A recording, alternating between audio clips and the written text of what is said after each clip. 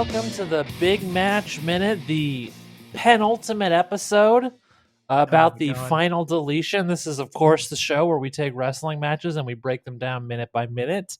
Tonight, if you're spicy and you're listening to your podcast at night, we're breaking down minute 17 of the Final Deletion, almost said Final Destination. And we are joined today by a very special guest. You know him, you love him. If you're a fan of wrestling, you've probably seen him in the audience on some show or another. Please welcome Brendo Man. Hello. Oh, and I'm Diet Coke. Oh yeah, and Brendo, I go by Diet Coke on podcasts. No, I forgot to tell you that. Okay. I'm glad this is the intro to that concept. Hi, I'm Lilith. I'm also here. I forget how stupid it is that I started calling myself Diet Coke on podcasts until I talk to somebody who knows me in real life. And we do a podcast and I have to explain, oh yeah, so I go by Diet Coke on podcasts now. It's just a bit that I've committed to. So anyway, how's everybody doing? I'm good. Brendo, how familiar with... Sorry, I didn't mean to cut you off, Lily. No, you're good. Brendo, how familiar are you with the Final Deletion, would you say? Well, I don't know if you recall this, but I made you watch the Final Deletion for my wrestling podcast, which used to be our wrestling podcast. Yeah.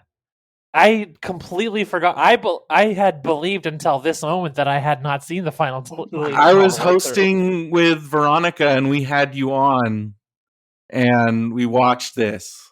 I am so sorry that I don't remember this at all. It's okay. It's the Final Deletion. It's easy to wash it from your brain. Diet Coke, you have had me convinced up until the penultimate episode, that this was your first time watching. It's not a lie if you believe it yourself. Oh my god! This is shocking. This is leading up to our series finale. This is the shocking twist. Yeah. If you go back in the it was Mr. Brendo's wrestling show at the time. Yeah, the MBWS archives. It's in there. That's wild. I'm gonna have to listen to that, figure out what I thought about it back then. I'm truly rocked by this revelation.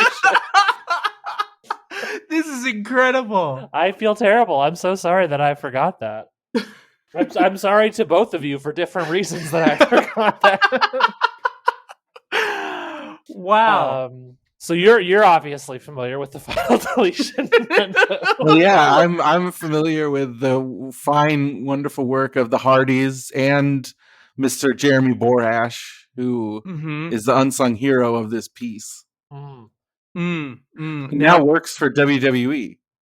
Oh wow, that's true. We're idiots who don't know anything, so we don't really know his involvement with anything. I'm a giant nerd, so I know everything about it.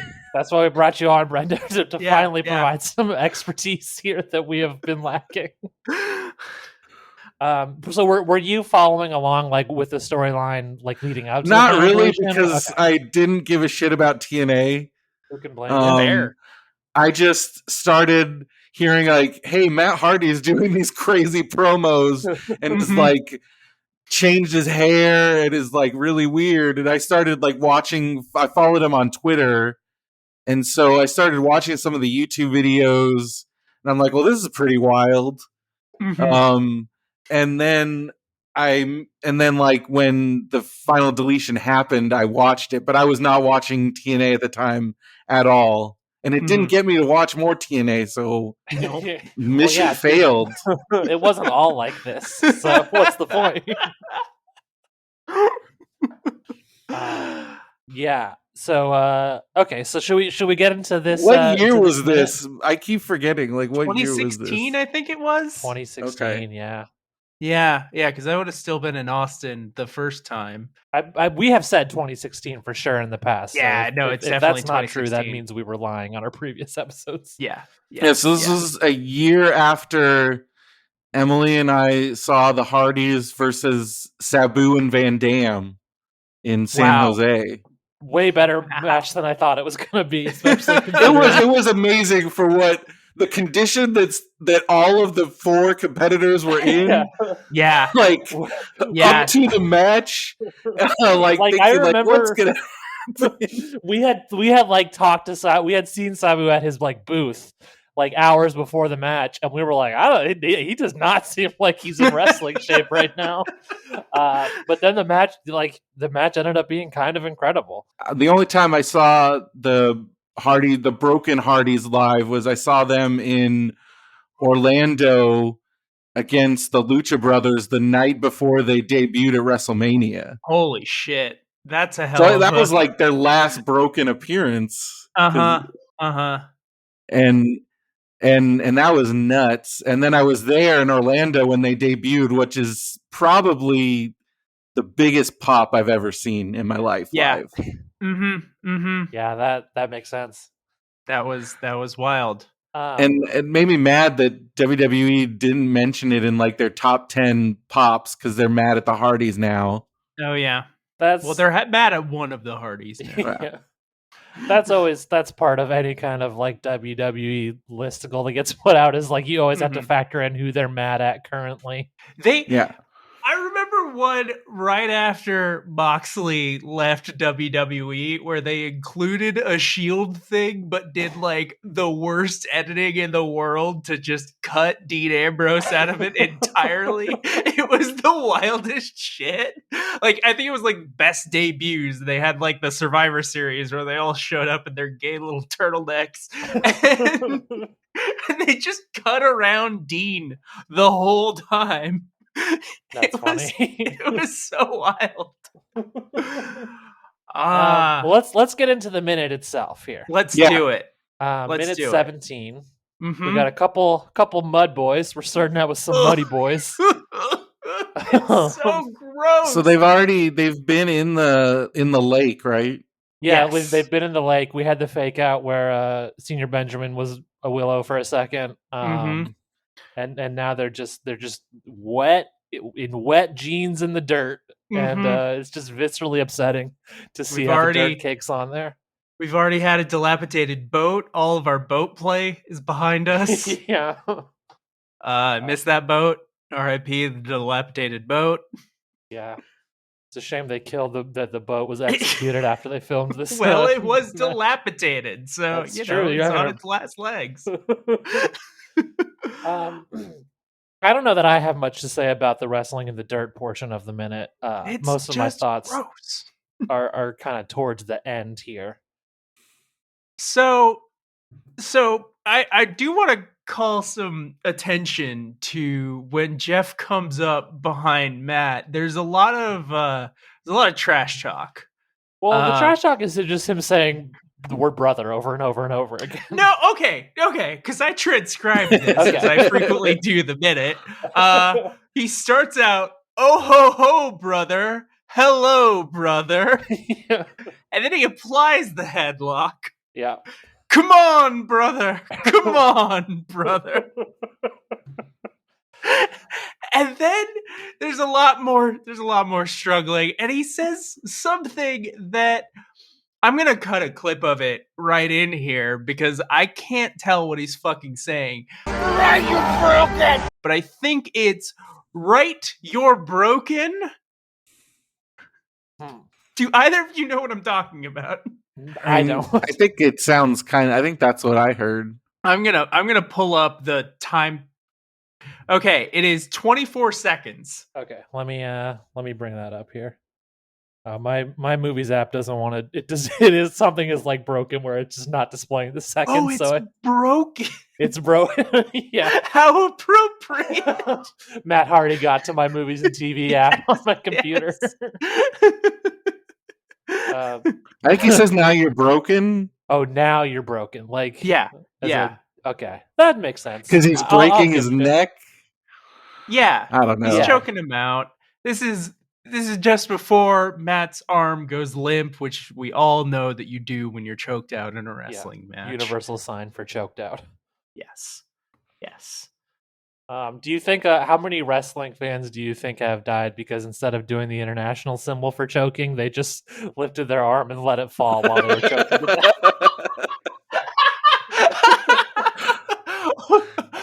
that guy. He's like, I dropped my arm 3 times.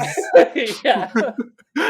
I'm very clearly eating the steak tartare. I dropped my arm 3 times. Clearly, I need help.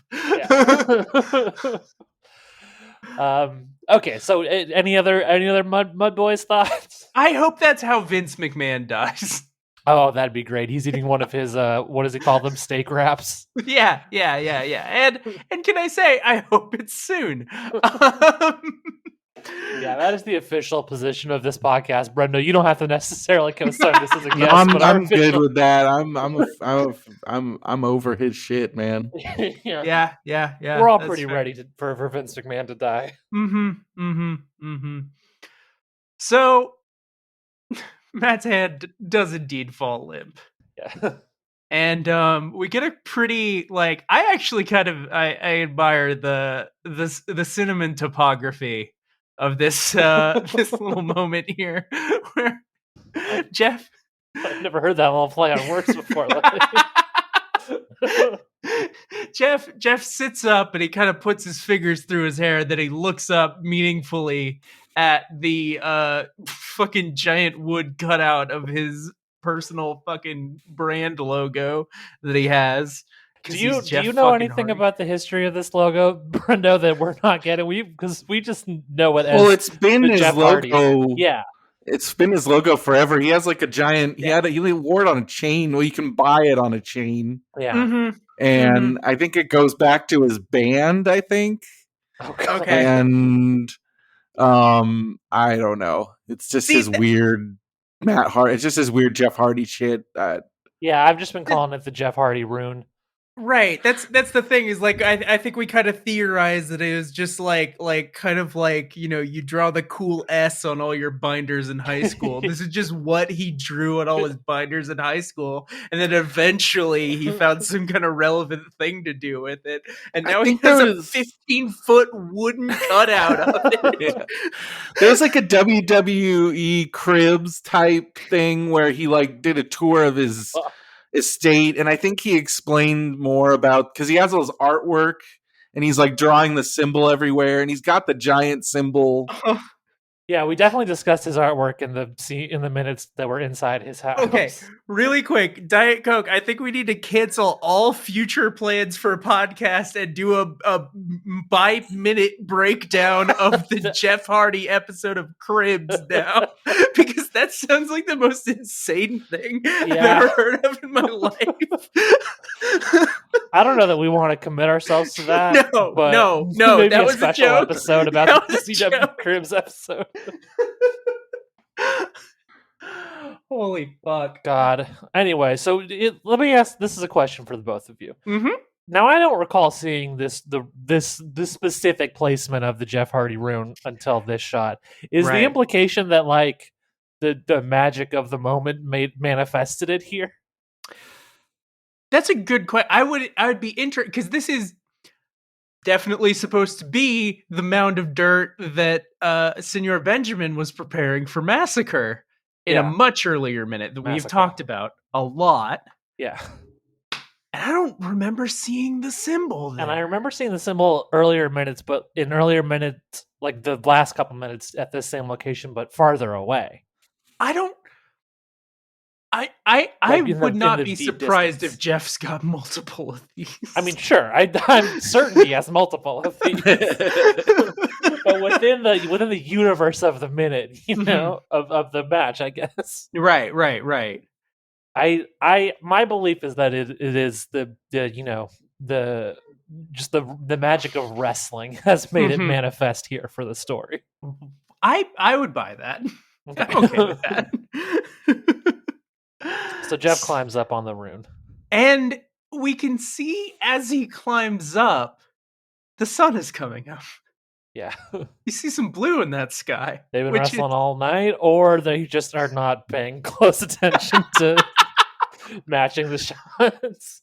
I think the implication is supposed to be that they've been wrestling all night. This match has been going on for 17 minutes at this point, but that's true.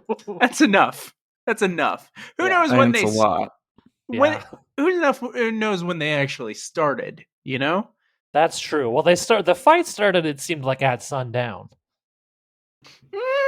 I mean, the sun was down. I mean, we discussed there was some weird cuts at the beginning of the fight as well. Yeah, for sure.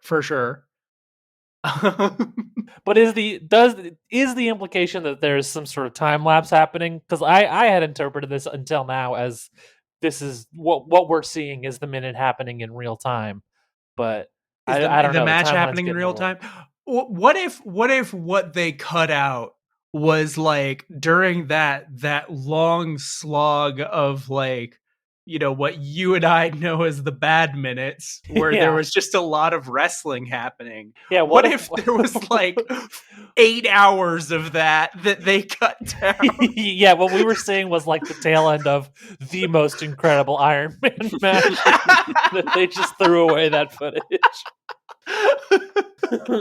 And we saw the end of it, and of course, us being, you know, fucking jackasses, we're just like, oh god, it looks like they're already so gassed, but they've been going for like 8 hours now.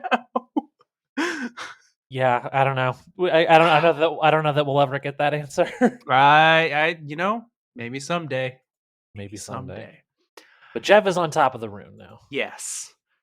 And then what happens next? We get a flashback. Well, okay, so right before the flashback, it like does a close up on Matt Hardy's hand as if he's holding something, and then the implications of the flashback is that he's holding the candle. We'll see, but he's not holding anything. I think he's reaching out for something in that first shot.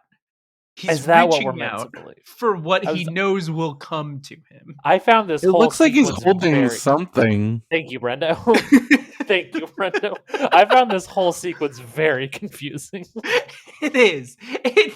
Don't get me wrong. It is. Because it looks like he's holding something, but he's definitely not holding the candle. Mm-hmm. But then there's like, we see the whole flashback sequence is about the candle. He's holding something like it's like black. It's some black thing. I don't know what it is. He's holding a shadow. Yeah. He's like holding you can freeze on it, and you can't tell what it is, but there's something in his hand. It's like the ether in Thor 2, The Dark World, but this is like broken energy. Now there's a movie we need to do a Movies by Minute podcast. God.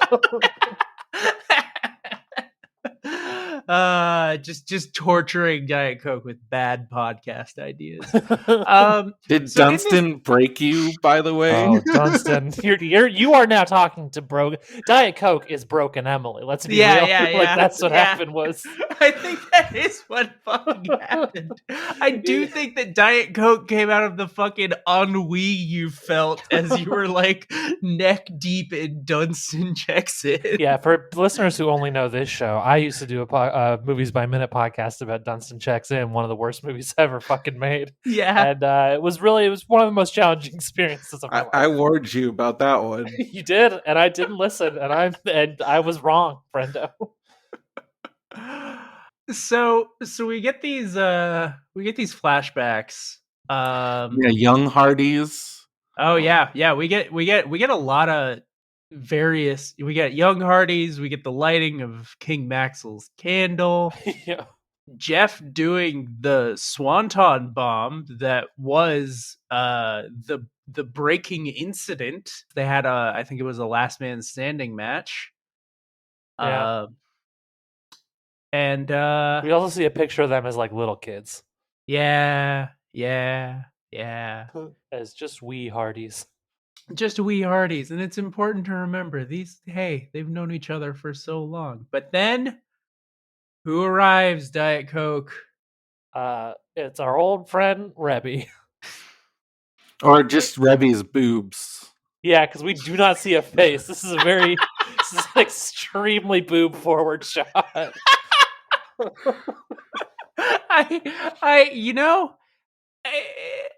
If you got him, flaunt him, and I appreciate. I mean, I've said that in past episodes. If this is exactly how I would present myself if that was my body. So, and what does Remy have?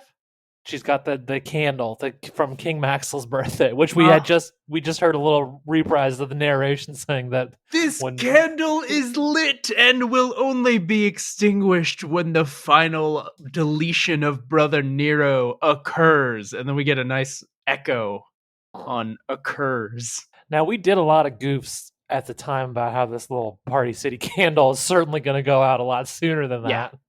Is the implication here that it has been lit throughout this entire match? That's since the like the morning when they had that party? Bullshit. It's fucking steaming bullshit. I mean, yeah. maybe that's maybe that's forces of destiny at play. They knew that about King Maxwell and his destiny. Yeah, sure. And she hands Matt Hardy the candle. Yeah, and that's pretty much the minute there. That is it. Brendo, do you have any final thoughts about the minute? I mean, I'm dying to see the end now. Same. Because as far as my brain and memory is concerned, I do not know how this ends. Wow. This is fucking hilarious to me. Yeah. Well,